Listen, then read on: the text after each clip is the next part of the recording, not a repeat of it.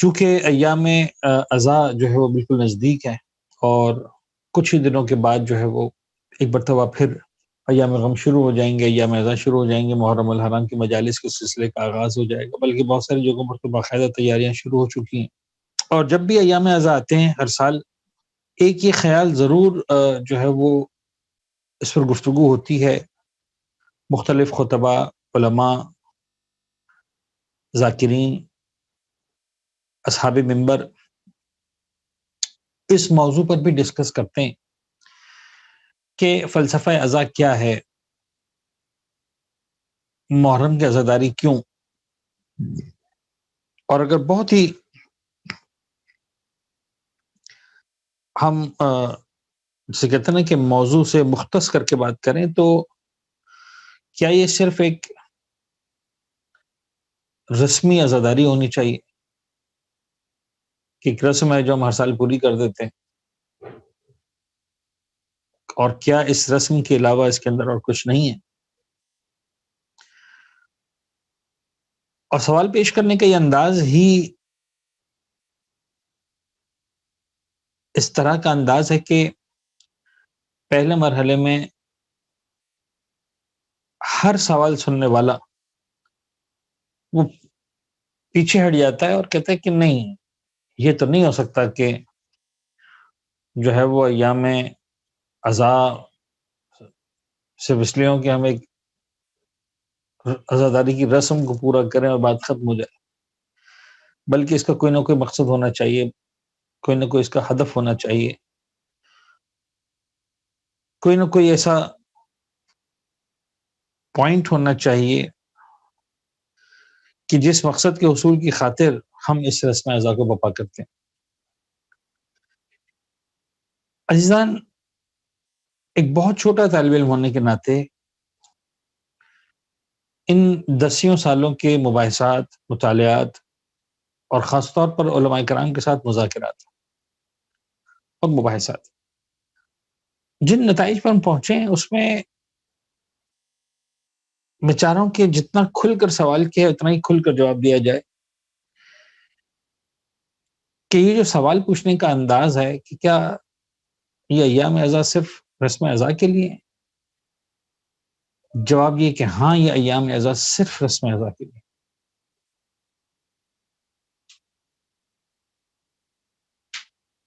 اس کے علاوہ اگر کوئی مقصد نہیں ہے میرا، تب بھی میں اپنی ذمہ داری پوری کر رہا ہوں۔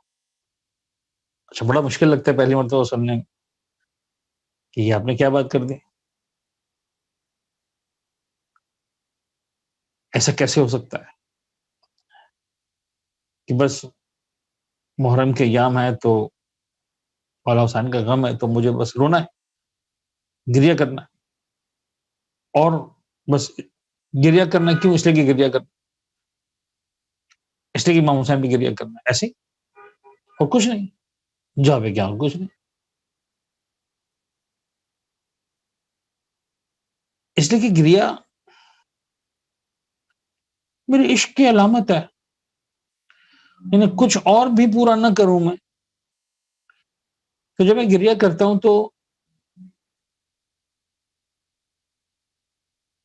ظاہر سی بات ہے کہ یہ بات سمجھ میں آ جاتی ہے کہ مجھے عشق ہے امام حسین سے، مجھے پیار ہے اپنے مولا سے، اور جب میں مولا کا غم سنتا ہوں تو مجھ سے برداشت نہیں ہوتا، میرے آنکھوں میں آنسو آ جاتے ہیں۔ یہی تو مانگا گیا مجھ سے۔ میں چاہ رہا ہوں کہ تھوڑا سا، ہمارے پاس وقت میں بہت کم گنجائش ہے، لیکن تھوڑی سی وضاحت کروں گا میں اس کی 2-3 مراحل میں۔ سب سے پہلے اس آیت کو دیکھیں، سورہ شورا کی، ظاہر سی بات ہے طلاب کرام کے آیات حفظ ہیں۔ قل لا اسألکم علیہ اجرا الا المودۃ فی القربى۔ اکثر میں سمجھاتا ہوں، کبھی اس آیت کے محتوا پہ غور کریں۔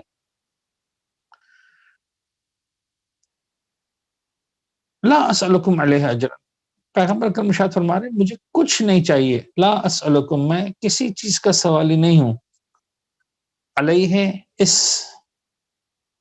امر تبلیغ رسالت الہیہ کے جو سلسلے میں نے تکالیف برداشت کی۔ اچھا، کتنی تکالیف برداشت کی ہے پیغمبر اکرم؟ یہ خود ایک مجلس ہے۔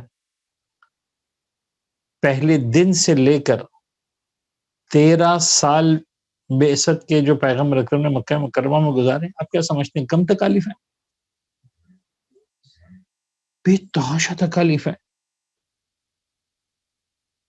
کس کس طرح سے پیغمبر اکرم کو اذیت نہیں دی گئی، سر سے پیر تک لہو لہان نہیں کر دیا گیا، پیغمبر کے راستے میں کس کس طرح سے کانٹے نہیں بچھائے گئے، کتنی تکلیفوں سے پیغمبر گزرے. پیغمبر کے سامنے بعض اوقات ایک صاحب مقصد انسان کے لیے خود قربانی دینا آسان ہوتا ہے، لیکن پیغمبر کے سامنے جناب عمار کے والد بزرگوار کو شہید کیا جا رہا، جناب یاسر کو، جناب سمیہ کو بدترین اذیتوں سے گزارا جا رہا ہے، پیغمبر کے ان ساتھیوں اور اصحاب کو کہ جو پیغمبر اکرم پر ایمان لا رہے ہیں، عہد کی باتیں کر رہے ہیں. شیب ابی طالب، جناب ابو طالب کا اس دنیا سے رخصت ہونا، جناب خدیجہ طاہرہ سلام اللہ علیہا کو اس دنیا سے رخصت ہونا، یہ کم مصائب ہیں؟ یا رسول اللہ کچھ نہیں چاہیے، نہیں کچھ نہیں چاہیے. ہجرت کر کے مکہ مکرمہ سے مدینہ منورہ آ گئے. کن کن اذیتوں سے اللہ کا رسول نہیں گزرا مدینہ منورہ آنے کے بعد. بدر ہے، احد ہے، ایک کے بعد ایک شہادتیں، عظیم ترین اصحاب کی شہادتیں، عزیز ترین اقربا کی شہادتیں. یا رسول اللہ کچھ نہیں چاہیے، کچھ نہیں چاہیے. لا اسألکم علیہ اجرا. یعنی 23 سال گویا گزرنے کے بعد آئے ہیں نا وہ مشرکین مکہ جو مسلمان بن چکے ہیں، وہ کفار مدینہ جو مسلمان بن چکے ہیں. اے محمد بہت تکلیفیں برداشت کی، بتائیے کیا چاہتے ہیں؟ قل لا اسألکم علیہ اجرا، کچھ نہیں چاہیے مجھے. اچھا ایک چھوٹا سا خیال ہے میرا، ممکن ہے خیال غلط ہو، مجھے لگتا ہے کہ شاید بطور کلی خیال صحیح ہے کہ اگر پیغمبر اکرم سے سوال پوچھا گیا ہوتا اور پیغمبر اکرم خود جواب دیتے تو فرماتے لا اسألکم علیہ اجرا الا التقوی مثلا. پیغمبر کو شاید یہی فرمانا چاہیے تھا، مجھے کچھ نہیں چاہیے، ہاں کچھ دینا چاہتے ہو تقوی اختیار کرو. یعنی یہ سب میں نے تکلیفیں برداشت اس لیے کی ہیں کہ تم راہ خدا پر آ جاؤ، راہ نجات پر آ جاؤ، راہ ہدایت پر آ جاؤ، راہ فلاح پر آ جاؤ، رستگاری اختیار کرو، پروردگار عالم کے بندے بن جاؤ. میں نے اس کے علاوہ اور کیا چاہیے مجھے؟ تو کچھ نہیں چاہیے.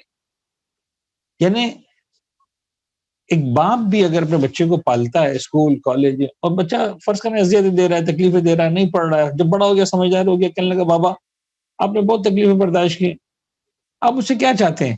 باپ کیا کہتا ہے؟ باپ یہ کہتا ہے نا کہ بیٹا مجھے کچھ نہیں چاہیے، مجھے صرف یہ چاہیے کہ تم پڑھ لکھ جاؤ، اچھا کاروبار کر لو، اچھا محنت کر لو، اچھی زندگی گزارو، یہی میری محنتوں کا اجر ہے. ایک عام شریف باپ جو ہے وہ اپنی سگی اولاد سے کوئی اجرت نہیں مانگتا تو اللہ کا رسول کیا اجرت مانگے گا اہل مکہ سے، اور کیا دے سکتا ہے اہل مکہ؟ دو نکات یہاں پر بڑے امپورٹنٹ ہے اور وہ دونوں ایک ہی کے اندر مضمر ہیں. وہ یہ کہ یہ جواب پیغمبر کی زبان سے دلوایا گیا لیکن پیغمبر کا جواب نہیں ہے. پیغمبر کا جواب ہوتا تو شاید یہی ہوتا قل لا اسألکم علیہ اجرا الا التقوی، مجھے تم سے نہیں چاہیے سوائے تقوی کے کچھ بھی، تم انسان کے بچے بن جاؤ، آسان الفاظ میں بات کرو، تم انسان بن جاؤ، اس کے علاوہ کچھ نہیں چاہیے. شروع میں قل لگا دیا، اے محمد ہم کہہ رہے ہیں کہ تم کہو. جواب محمد کی زبان سے ہے، محمد کا جواب نہیں ہے، پروردگار کہلوانا. یعنی خدا جانتا ہے کہ اس وقت پیغمبر اکرم یہی کہیں گے، نہیں تم یہ مت کہو، اب ہم کہیں گے لا اسألکم علیہ اجرا الا المودۃ فی القربى. کیسے ہو سکتا ہے؟ خداوند متعال کہے گا مجھے پتا ہے کیا کہنا ہے. پیغمبر کہتے کہتے نماز پڑھ لو، روزے رکھ لو، تقوی الہی اختیار کر لو، رب العزت کے بندے بن جاؤ، بندگی کر لو. تمہاری نمازیں بعد میں، تمہارے روزے بعد میں، تمہارا حج و زکوٰۃ بعد میں، تمہاری ساری عبادات سب کچھ بعد میں. تم اگر اجر رسالت دینا چاہتے ہو، پروردگار عالم پیغمبر کی زبان سے کہہ رہا ہے الا المودۃ. یہ مودت کیا ہے؟ عشق یعنی میں نماز پڑھ رہا ہوں یا نہیں پڑھ رہا ہوں یہ بات کا مرحلہ ہے، میں روزہ رکھ رہا ہوں کہ نہیں رکھ رہا ہوں وہ بات کا مرحلہ ہے، میں باقی عبادات کو انجام دے رہا ہوں کہ نہیں دے رہا ہوں وہ بات کا مرحلہ ہے۔ خدا نے مجھے مجھے کہہ رہا ہے کہ دیکھو اگر پیغمبر کا اجر رسالت کچھ ہے تو وہ عشق کے علاوہ کچھ نہیں۔ اب جب عشق آ گیا تو سرکار یاد رکھیں، عشق کے اندر ہنسنا عشق کی علامت نہیں ہے، گریا عشق کی علامت ہے۔ مجھے ایمانداری سے بتائیے، مولانا حسین کی عزاداری پر جو ثواب کا تذکرہ ہے، ہم جب رو رہے ہوتے ہیں مولانا حسین پر گریا کر رہے ہوتے ہیں، ایمانداری سے یعنی جو بھی مولا کا عزادار، خدا ہر ایک کے آنسوؤں کو قبول کرے۔ تو کیا مثال کے طور پر میں نہیں چاہ رہا ہوں کہ مولا حسین کے حوالے سے جملہ عرض کروں، آ جائیں ایک چھوٹی سی مثال پہ آ جاتی بات کو، فرض کر لیں خدا ہم سب کے والدین کو سلامت رکھے، جس کے بھی والدین سلامت ہیں خدا ان کو مزید بابرکت زندگی عطا فرمائے، اور کسی نے بھی ماں کا باپ کا دونوں کا یا کسی ایک کا جنازہ اٹھایا، وہ میری بات کو شاید جلدی سمجھے گا، اور جسے نہیں اٹھایا وہ اس وقت ضرور سمجھے گا جب اس منزل سے گزرے گا، خدا سلامت رکھے والدین کو۔ جب ماں کا جنازہ اٹھایا تو کون انسان ہوگا جو اپنی ماں کے جنازے پہ نہیں روئے گا؟ اور جب وہ رو رہا ہوگا تو کیا حساب کتاب کر رہا ہوگا کہ پالنے والے میری ماں مر گئی، میں 1 منٹ رہوں گا تو مجھے 1000 گز کا مکان ملے گا جنت میں، 2 منٹ رہوں گا تو مجھے 2000 گز کا ملے گا، اور 3 منٹ رہوں گا تو 3000 گز کا مکان ملے گا؟ کیا انسان جب رو رہا ہوتا ہے اپنی ماں کے لیے، اپنی ماں کے جنازے پر، تو کیا خدا سے وہ حساب کتاب کر رہا ہوتا ہے، بارگیننگ کر رہا ہوتا ہے، سودا کر رہا ہوتا ہے؟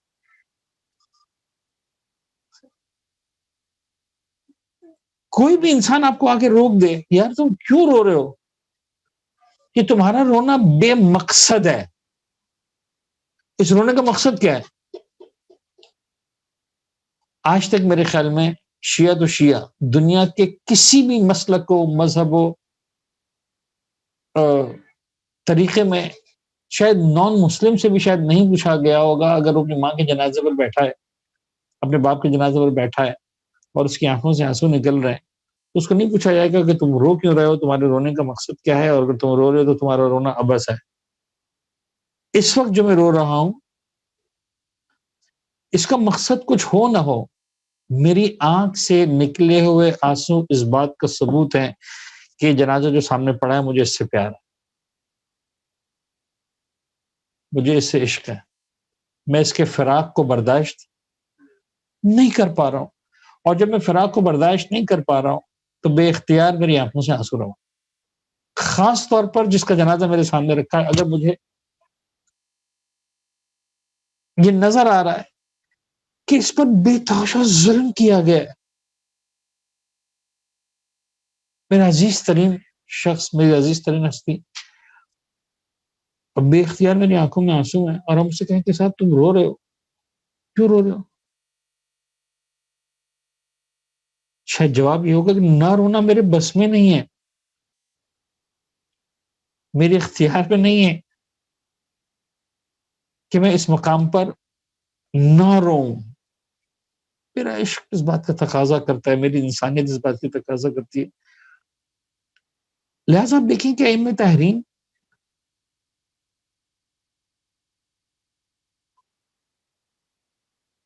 واقعۃ کربلا کے بعد سے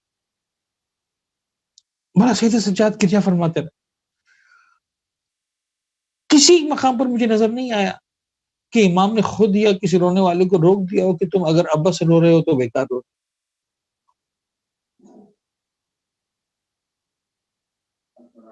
صرف اپنے بابا کو یاد کیا، صرف کربلا کو یاد کیا۔ یہ اذان ہو جائے اس کے بعد اللہم صلی علی محمد۔ تو میں عرض کر رہا تھا کہ ائمہ تحریم کی زندگیوں کو اٹھا کر دیکھیں، مولانا سید سجاد ہیں، امام باقر ہیں، امام صادق ہیں، انہوں نے علی الاطلاق کوئی قید و قیود نہیں لگائی ہیں، خالصتاً عزاداری کی بات، من بکاؤ اب کاؤ تباہ کرے گا حسین وجبت ختم ہو گئی بات، حسین پر رو، حسین کو یاد کرو، حسین کو سلام کرو، حسین کی زیارت کرو، حسین کا تذکرہ کرو۔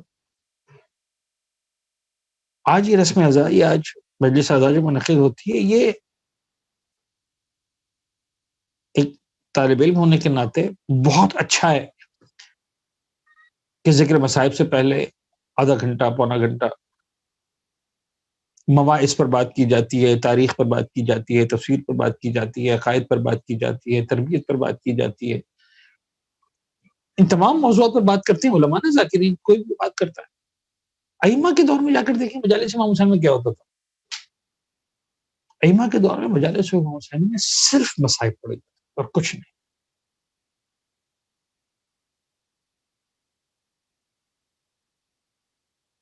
ائمہ طاہرین جب مولا حسین کے ذاکرین کو بٹھاتے تھے، مولا حسین پر مصائب پڑھے جاتے تھے، خود نیچے بیٹھے ہوتے تو کہ وہ ذاکر کیا امام کو سکھاتا تھا کیا بیٹھ کے؟ امام کہتے تھے مصائب پڑھ. وہ مصائب پڑھتا تھا. کیا کوئی نئے مصائب پڑھتا تھا؟ کوئی نئے مصائب بھی نہیں پڑھتا تھا. ظاہر سی بات ہے کہ وہی ساری باتیں پڑھتا تھا جو اہل بیت نے اس کو بتائی تھی اور رسول سجاد نے بتائی ہوں گی، خانواد عصمت کے افراد نے جو بتائی تھی باتیں، مورخین نے جو بتائی تھی، وہ انہیں کو پڑھتا تھا. کریا ہوتا تھا، آنسو بہائے جاتے تھے. یعنی یہ معراب ہے جو چاند کے لیے جو ہے وہ انتظار کرتے ہیں کہ اناؤنسمنٹ ہو جائے، فلاں کمیٹی اناؤنس کر دے اور فلاں لوگ اناؤنس کر دیں. اہل مدینہ کہتے تھے ہمیں پورے سال 11 مہینے جو ہے وہ چاند کے لیے مثال کے طور پر ڈھونڈنا پڑتا تھا، نکلنا پڑتا تھا. محرم میں چاند کے لیے نکلنا نہیں پڑتا تھا.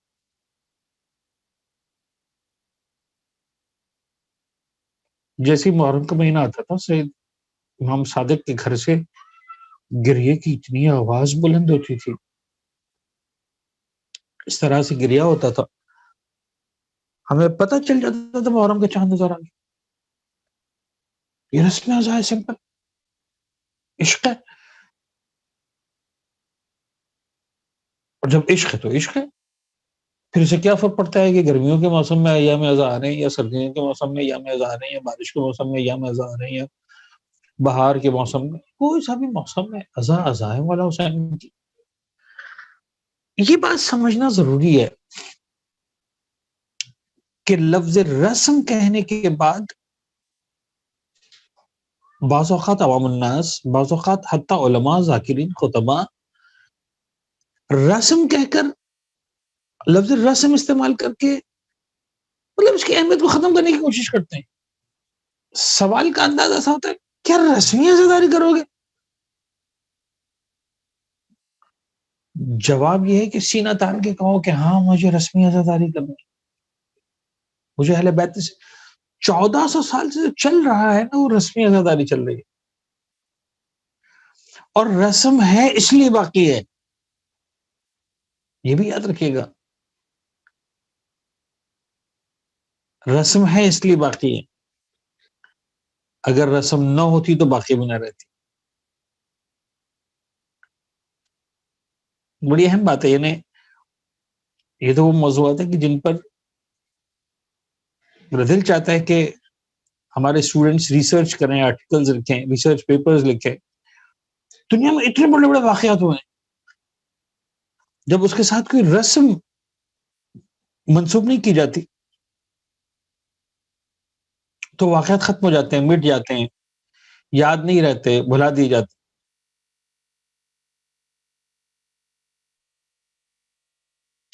ابھی چند سال پہلے 9/11 کا ایک واقعہ ہوا. کوئی رسم منسوب نہیں کی گئی اس سے، کوئی رسم منسلک نہیں کی گئی اس سے. نتیجہ یہ ہوا کہ آج سپٹمبر کا مہینہ گزر جاتا ہے، کسی کو یاد بھی نہیں ہوتا. اب اتنا بڑا واقعہ جس نے پوری دنیا کی سیاست کو تبدیل کر کے رکھ دیا، دنیا کے پورے مزاج کو تبدیل کر کے رکھ دیا، اتنا زیادہ امپیکٹ. صحیح غلط کی بات نہیں کر رہا، کون مجرم کون مجرم نہیں، اس کی بات نہیں کر رہا، کلی بات کر رہا. کوئی رسم نہیں تھی، بھول کے لو. حسین بن علی کی عزت کیوں نہیں بھولے؟ اس لیے کہ رسم گریا کی بنیاد رکھی تھی زینب کبریٰ نے. مجھے ایک روایت بتائیے نا کہ شام کے زندان میں رہائی سے پہلے شہزادی زینب نے کہا کہ ہم رہائی قبول نہیں کریں گے جب تک یہ فیصلہ نہ ہو کہ حق پہ کون تھا، باطل پہ کون تھا.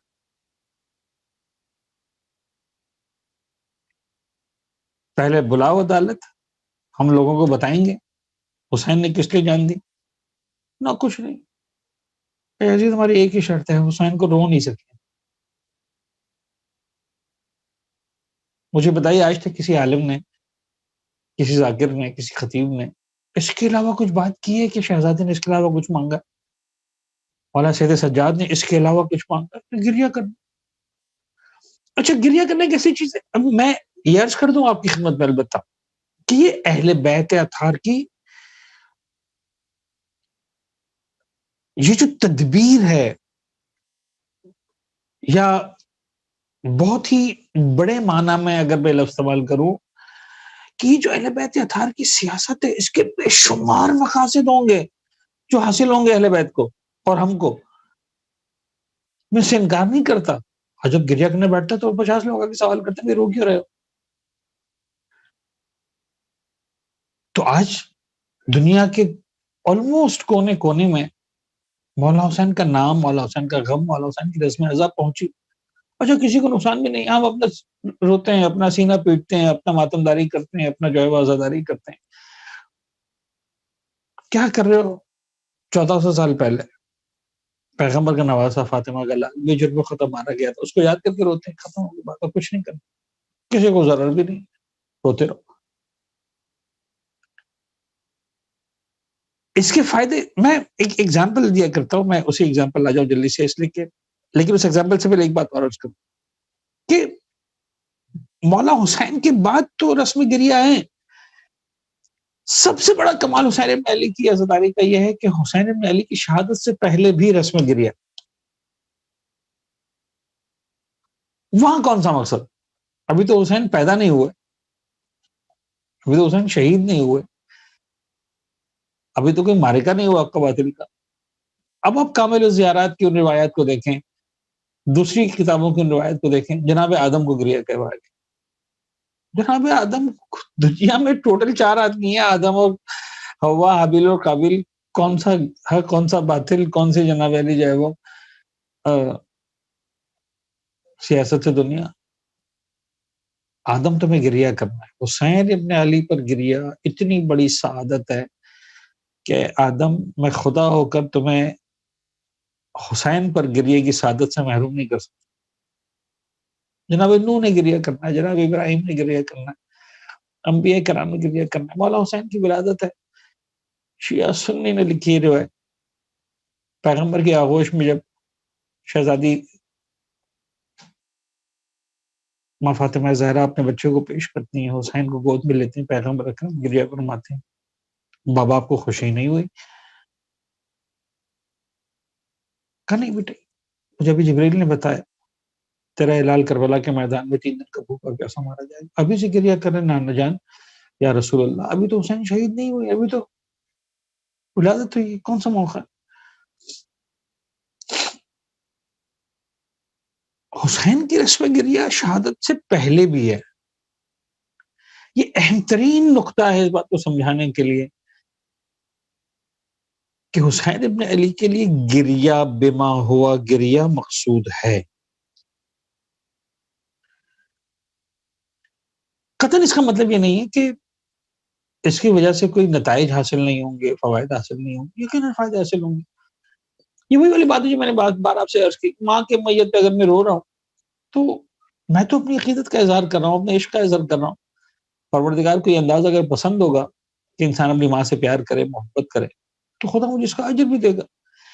میں جو رو رہا ہوں ماں کے جنازے پر، وہ اجر کے لیے نہیں رو رہا ہوں، میں دیانت داری کے ساتھ اپنے عشق کے اظہار کے لیے رو رہا ہوں.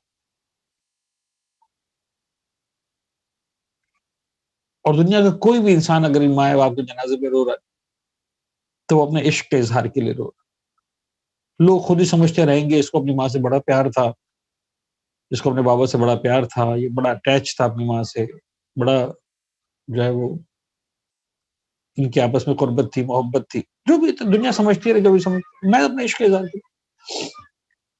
میں ایک مثال دیا کرتا ہوں بچوں کو سمجھانے کے لیے. آپ تو خیر بزرگان ہیں،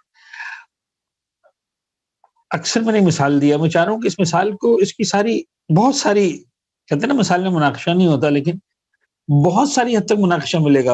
اپنا یعنی گنجائش ہے، آپ اس کے اندر آگے تک جا کے سوچیں. مثلاً اکثر میں نے اپنے طلاب کے سامنے یا مجالس میں مومنین کے سامنے کہا کہ بھئی آپ کو سب سے زیادہ پسندیدہ پھل کون سا؟ تو پاکستان میں جو ہے وہ 90%، 95% لوگ کہتے ہیں کہ جو پسندیدہ ترین پھل ہے وہ آم. صحیح؟ کیوں پسند ہے آپ کو؟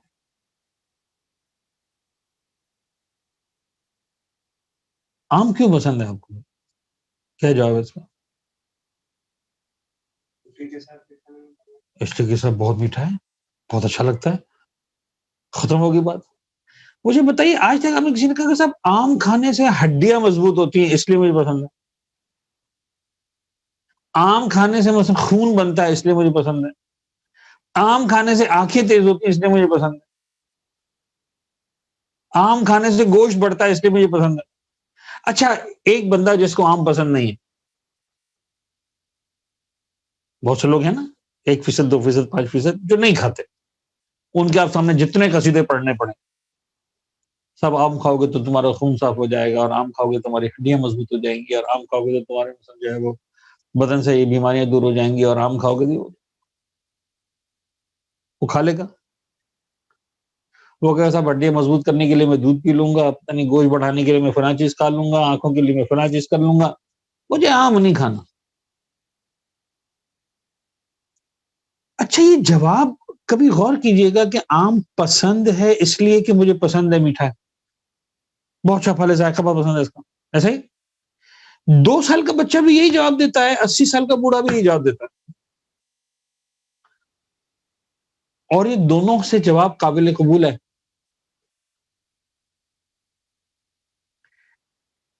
جاہل بھی یہی جواب دیتا ہے، پڑھا لکھا ڈاکٹر بھی یہی جواب دیتا ہے. آپ یہ نہیں کہتے کہ ڈاکٹر صاحب آپ پڑھے لکھے انسان ہو، آپ کو یہ ذہن نہیں دیتا کہ آپ کے مجھے آم پسند ہے اس لیے کہ آم اچھا ہے، آم پسند. آپ ڈاکٹر ہیں، پڑھے لکھے ہیں، تو آپ کا جواب کچھ اور ہونا چاہیے. اس کے اندر وائٹامنز ہیں، اس کے اندر پتہ نہیں یہ ہے، اس کے اندر پاپا مجھے پسند ہے. تو جب بندہ کھا رہا ہوتا ہے آم، تو وہ اسی لیے کھا رہا ہوتا ہے، اس کو پسند ہے، زبردست طریقے سے کھایا جا رہا ہے. ایسا ہی اچھا، وہ صرف اور صرف اس لیے کھا رہا ہے کہ اس کو پسند ہے. تو کیا پروردگار اس کے نتائج سے اس کھانے والے کو محروم کر دیتا ہے کہ بھئی بندے دیکھ فلاں آدمی نے کھایا تھا اس لیے کہ اس کو پتا تھا کہ جب وہ آم کھائے گا تو اس کا خون صاف ہوگا، اس کی ہڈیاں مضبوط ہوں گی، اس کی آنکھیں تیز ہوں گی، لہٰذا اس کو تو سارے فائدے ملیں گے. تو نے تو اس چکر میں کھایا ہی نہیں، تو نے تو اس لیے کھایا کہ تجھے پسند ہے، لہٰذا تیری نہ ہڈیاں مضبوط ہوں گی، نہ تیرا خون صاف ہوگا، تجھے کوئی فائدہ نہیں ملے گا، تجھے صرف زبان کا ذائقہ ملے گا، مٹھاس ملے گی. ایسا ایسا نہیں. جس کو پتا ہے آم کے کیا فائدے ہیں، خدا اس کو بھی فائدہ دیتا ہے. جس کو نہیں پتا آم کے کیا فائدے، خدا اس کو بھی فائدہ. مجھے آم اس لیے پسند ہے کہ مجھے پسند ہے، ذائقہ پسند، ختم ہوگی بابا. اس کے لیے کسی خاندان میں پیدا ہونا ضروری نہیں ہے، اس کے لیے کسی خاص زمانے میں پیدا ہونا ضروری نہیں ہے. اس کے لیے وہ ذائقہ ہونا چاہیے. اگر وہ ہے زبان میں ذائقہ تو آم پسند آئے گا، نہیں ہے تو پسند نہیں آئے گا. میں چاہے کسی خاندان میں پیدا ہوں، چاہے کسی رنگ و نسل میں پیدا ہوں، کسی علاقے میں پیدا ہوں. حسین بن علی کے لیے بھی ایسا ہی ہے، جس کے پاس طہارت وجود ہوگی اسے حسین سے عشق ہوگا، چاہے کسی رنگ میں پیدا ہو، کسی نسل میں پیدا ہو، کسی قبیلے میں پیدا ہو. جس کو حسین سمجھ میں نہیں آتا اس کو نہیں آتا، چاہے کسی قبیلے میں پیدا ہو. مجھے اور آپ کو یہ جو ہے نا الا المودۃ فی القربہ، وہ یہاں تک نظر آتی ہے. ماں باپ سے مجھے اور آپ کو محبت ہے، مودت نہیں ہے. اہل بیت اطہار سے ہم کو مودت ہے. فرق کیا ہے؟ فرق یہ ہے کہ اگر کسی کی ماں کا انتقال 20 سال پہلے ہوا ہے نا، تو 20 سال کے بعد وہ چاہے بھی کہ پہلے سال کی طرح رو کے دکھائے جو اس کی ماں کا انتقال ہوا تھا، نہیں رو سکتا، اس کے بس میں ہی نہیں ہے.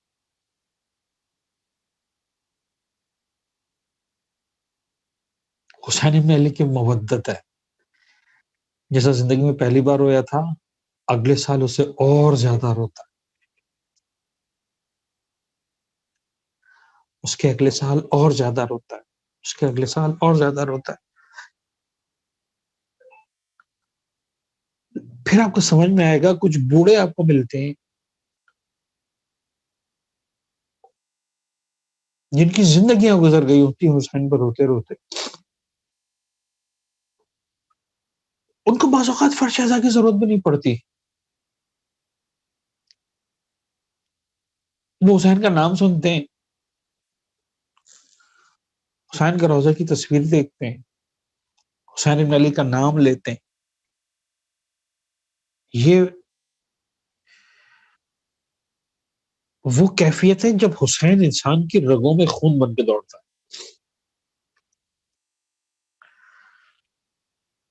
تو سمجھانا صرف یہ ہے کہ قطعاً میری ان ساری باتوں کا مطلب جب میں نے شروع میں کہا کہ ہاں مجھے صرف رسم عزاداری کرنی ہے،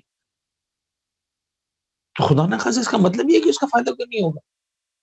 یقیناً اس کے فائدے ہوں گے. اچھا وہ فائدے کیا ہوں گے؟ تمہارے فائدے تم جانو.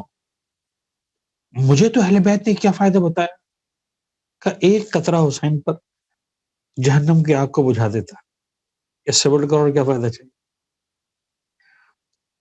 ایک قطرے کے بس تمہیں پروردگار جنت نصیب کرتا ہے، اس سے بڑھ کر تمہیں اور کیا فائدہ چاہیے؟ ان دنیا کے معاملات ہم بعض اوقات بڑے جذباتی ہو جاتے ہیں، دنیا کو شیعہ کرتے ہیں، ایسا کرتے ہیں ویسا کرتے ہیں. خود پاس رکھو یار. ساری دنیا کافر ہو جائے، پروردگار کی خدائی کو کیا فرق پڑنے والا؟ محمد کی رسالت کو کیا فرق پڑنے والا؟ علی کی ولایت کو کیا فرق پڑنے والا؟ حسین کی عظمت کو کیا فرق پڑنے والا؟ اور ساری دنیا مل کر موحد ہو جائے، خدا کی خدائی کون سے بڑھ جانے والی؟ میں سے انکار نہیں کرتا. یملأ الارض قسطا وعدلا بعد ما ملئت ظلما وجورا، وہ انسانیت کے لیے ہے، خدا کے لیے نہیں. خدا کو کوئی فائدہ نہیں ہونے والا اس میں. جو بھی زمانے کے امام کریں گے انسان کا اپنا بھلا ہوگا. انسانیت خود سکون میں آئے گی.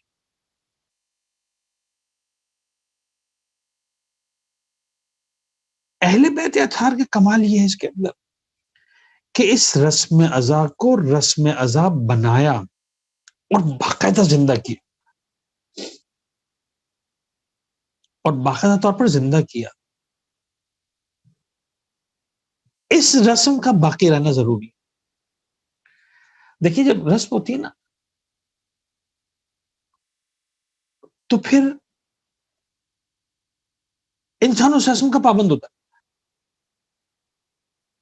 پھر سے فرق نہیں پڑتا کہ یعنی ہم نے دیکھا مثلا اگر آپ کسی مقصد کی خاطر کوئی کام کر رہے ہیں، تربیت کے کام، ٹریننگ سیشن ہونا، جب پلان کیے جاتے ہیں صاحب ایک مہینے کی ٹریننگ کرنی ہے، کیمپنگ کرنی ہے مثلا جنگل کے اندر، تو جس چیز کی ٹریننگ کرنی ہے اس کے اعتبار سے ایام کا انتخاب کیا جائے گا. ایسا ہی مثلا فرض کریں آپ کو اپنی فوج کی یا اسکاؤٹس کی یا اسٹوڈنٹس کی ٹریننگ کرنی ہے کہ صاحب برف باری میں کیسے گزارا کرنا ہے، تو آپ اس کے لیے جون جولائی کا انتخاب نہیں کریں گے جب برف ہوتی نہیں. آپ کب انتخاب کریں گے؟ برف باری کے ایام. ایسا ہی اگر آپ کو بارشوں کے موسم کی ٹریننگ کروانی ہے تو آپ کون سا ایام کا انتخاب کریں گے؟ بارشوں کے ایام. اور اگر آپ کو جنرل ٹریننگ کروانی ہے تو آپ خاص طور پر سوچیں گے کہ یار ایسے ایام ہو جب برف باری بھی نہ ہو رہی ہو، بارشیں بھی نہ ہو رہی ہو، یہ بھی نہ ہو رہا ہو، وہ بھی نہ ہو رہا ہو، تاکہ جو ہے وہ ہماری ٹریننگ صحیح سے ہو سکے. اچھا کچھ آگے پیچھے ہوا، آپ کہیں گے صاحب 10 دن بعد ہوں گے یہ پروگرام، اس پر تو 10 دن جلدی کر رہے ہیں، اس پر تو 20 دن بعد کریں گے، اس پر تو 1 مہینے کے بعد کریں گے. ایسا ہی ہوتا ہے. آج تک کبھی ایسا ہوا کہ حسین کی عزاداری کو آپ نے کہا کہ صاحب اس پر تو بارش بہت ہو رہی ہے، عاشور کے دنوں میں تو 4 دن بعد کریں گے عاشور؟ سگی ماں کی برسی میں انسان کرتا ہے یہ کام.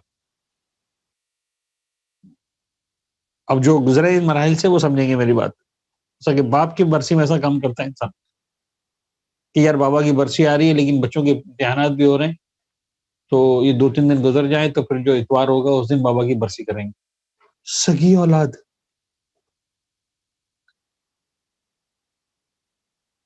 اپنے باپ کی برسی کو 4 دن مؤخر کرنے پہ تیار ہو جاتی ہے. سگی اولاد اپنی ماں کی برسی کو 5 دن معجل یا مؤخر جلدی یا دیر کرنے پہ تیار ہو جاتی ہے. آج تک کسی نے حسین میں لیکن ایسا کیا کہ اس مرتبہ جو ہے وہ حسین کا غم جو ہے وہ میں عاشور جو ہے وہ پہلے منا لوں گا بعد میں. عاشور ہے ایام ازاں اس مرتبہ صاحب برفباری کے دن آ رہے ہیں تو 1 مہینہ دیر سے کر دیتے محرم کو. کبھی بھی نہیں ہو سکتا، کیونکہ اس کا تعلق عقل سے نہیں ہے، اس کا تعلق عشق سے ہے، اس کا تعلق دل سے ہے. قل لا اسألکم علیہ اجرا الا المودۃ فی القربى. موضوعات بہت سارے ہیں. شاعر اللہ کا جو لفظ استعمال ہوا ہے اس پر موضوع گنجائش نہیں ہے کہ ہم شاعر اللہ کے لفظ کی تفصیل کے اندر جائیں. شعائر اللہ، اللہ کی نشانیاں، آیات وہ بھی اللہ کی نشانی. میں آسان الفاظ میں سمجھاتا ہوں ہمیشہ اپنے بچوں کو، اسٹوڈنٹس کو. آیات ان نشانیوں کو کہتے ہیں جس کا تعلق عقل سے ہوتا ہے. شعائر ان نشانیوں کو کہتے ہیں جس کا تعلق دل سے ہوتا ہے. ماؤنٹ ایوریسٹ کو دیکھیں، K2 کو دیکھیں، اس کا تعلق عقل سے. اتنا عظیم پہاڑ، اس پہاڑی کا تذکرہ ہوگا، کہا جائے گا فی آیات. صفا اور مروہ کا تذکرہ ہوگا، اتنی چھوٹی چھوٹی ٹیلیں، ایسے ہزاروں ٹیلیں پوری دنیا کے اندر بکھرے ہوئے. چھوٹی سی پہاڑی میں کیا کو پہاڑی بھی نہیں، جنہوں نے دیکھا وہ سمجھیں گے پہاڑی بھی نہیں صحیح طرح سے. ان الصفا والمروہ من آیات اللہ، نہیں، ان الصفا والمروہ من شعائر اللہ. اس صفا اور مروہ کو دیکھ کر کس کو خدا یاد آئے گا؟ جس کا تعلق دل سے ہوگا. اس پہاڑی کو دیکھے گا، جناب ابراہیم کی اہلیہ یاد آئیں گی، جناب ہاجرہ یاد آئیں گی.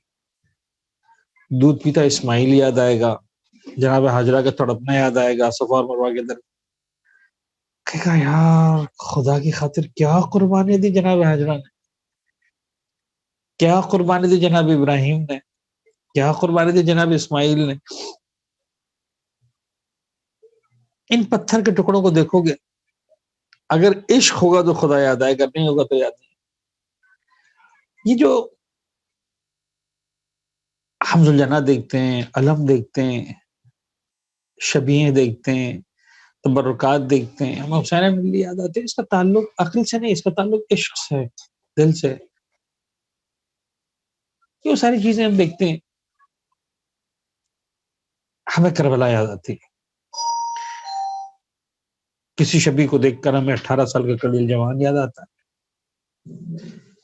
کسی شبی کو دیکھ کر ہمیں حسن کا قاسم یاد آتا ہے. کسی شبی کو دیکھ کر ہمیں 6 مہینے کا بچہ یاد آتا ہے. کسی شبی کو دیکھ کر ہمیں علمدار یاد آتا ہے. ہم فاطمہ زہرا کے گھرانے کے بچوں کا ماتم کرتے ہیں، گریہ کرتے ہیں. خدا سے دعا ہے کہ اہل بیت اطہار نے جتنی دیانت داری کے ساتھ، سچائی کے ساتھ، جتنی ایمانداری کے ساتھ، جتنی خلوص کے ساتھ، جتنی سادگی کے ساتھ یہ رسم ازا بپا کی، اور یہ رسم ازا اپنے اصحاب تک، نسلوں تک، دنیا کے کونے کونے تک پہنچانے میں اپنا کردار ادا کیا. خدا اس رسم ازا کو اسی دیانت داری کے ساتھ، اسی سادگی کے ساتھ، اسی خلوص کے ساتھ، اسی سچائی کے ساتھ پوری دنیا میں پہنچانے کی ہم سب کو توفیق عنایت فرمائے انشاءاللہ. یہ مؤسسہ جو دام درم سخن ہے، کسی انداز سے خدمت کر رہا ہے، اور وہ تمام افراد جو اس ادارے سے منسلک ہیں، جس انداز سے بھی شریک ہیں، خدا سب کی توفیقات میں اضافہ فرمائے. مولا حسین کے عزاداروں میں ہم سب کا نام شامل کریں. جب تک زندہ رہیں ہم اسی عشق کے ساتھ، اسی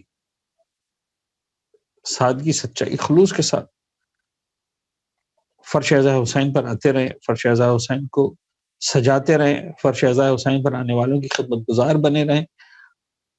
اور خدا سے دعا ہے کہ اس فرش اعضاء کے ساتھ ہمارے نام کو ہمیشہ منسلک اور باقی رکھے، اور اسی انداز سے انشاءاللہ زمانے کے امام کے لشکر میں ہماری شمولیت ہو، مولا کے ہم رکاب ہو کر انشاءاللہ ہم اس رسم اعضاء کو آگے بڑھائیں۔ وآخر دعوانا ان الحمد للہ رب العالمین والحمد للہ رب العالمین۔